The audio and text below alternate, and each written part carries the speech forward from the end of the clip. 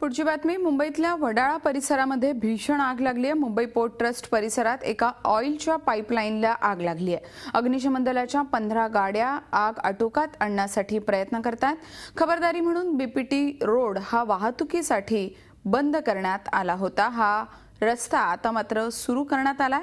आगीवर नियंत्रण मिळवण्यासाठी जवान शर्थीचे प्रयत्न करतात। आग आटोक्यात येत असली तरी अधूनमधून स्फोट होतात। सकाळपासून पाईपलाईनच्या दुरुस्तीचं काम सुरू होतं। आगीचं नेमकं कारण अद्याप स्पष्ट झालेलं नाही।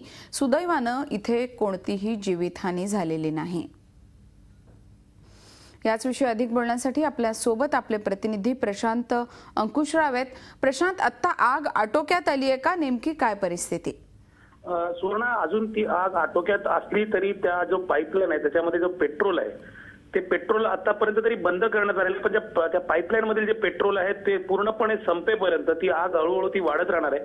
त्या पाईपलाईनवर जो फोम आहे तो पसरला जातोय, पण फोम तो हळूहळू जसा तो त्याचं कमी होतं ते प्रमाण, त्याप्रमाणे ते पुन्हा त्याचे स्फोट होताना आपण बघू शकतो। त्यामुळे थोडक्यात सांगायचं झालं तर जोपर्यंत ती पाईपलाईन मधलं पेट्रोल पूर्णपणे संपत नाही तोपर्यंत ही आग हळूहळू येतच राहणार, असं अग्निशमन दलाच्या जे अधिकारी आहेत त्यांच्याशी आपण बोलताना त्यांनी सांगितलं होतं की जोपर्यंत पेट्रोल त्या पाईपलाईन मधलं पूर्ण संपलं तेव्हाच ती आग विझेल। पण आता खबरदारीची उपाययोजना म्हणून ती जी पाईपलाईन आहे ती पूर्णपणे बंद करण्यात आलेली आहे। त्यामध्ये आता कोणताही पुरवठा होत नाहीये, पण जो असलेला जो पुरवठा आहे तो संपल्यावरच ती आग पूर्णपणे काबू देणार आहे। सुवर्णा, धन्यवाद प्रशांत या संपूर्ण तपशिलाबद्दल। आगीवर नियंत्रण मिळवण्यात आलेलं असलं तरी अधूनमधून स्फोट या परिसरामध्ये होत आहेत। याचं कारण म्हणजे साचलेलं पेट्रोल। झी 24 तास रहा एक पाऊल पुढे।